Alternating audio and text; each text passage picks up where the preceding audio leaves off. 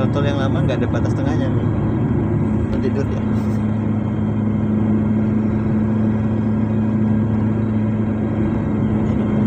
Ya ini kanan kiri keluar masuk ya ke jalan biasa. Itu lama. Kalau yang terbaru nggak ada kayak gini. Bisa.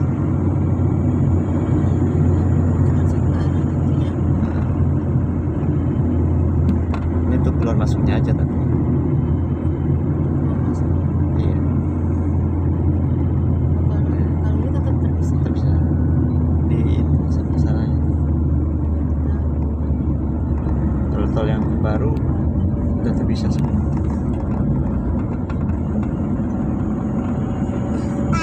Iya.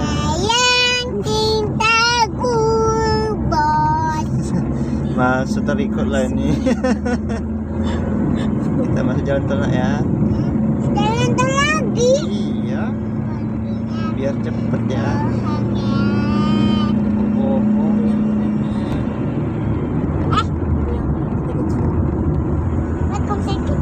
Namanya tol Belmera.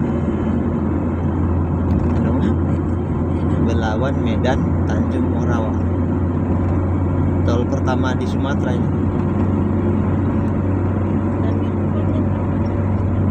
Untuk di Sumatera ya udah disambung sih sampai ke kisaran terpanjang dalam hitungan provinsi ya. Sumatera Utara masih sampai ke Tanjung Pura sana.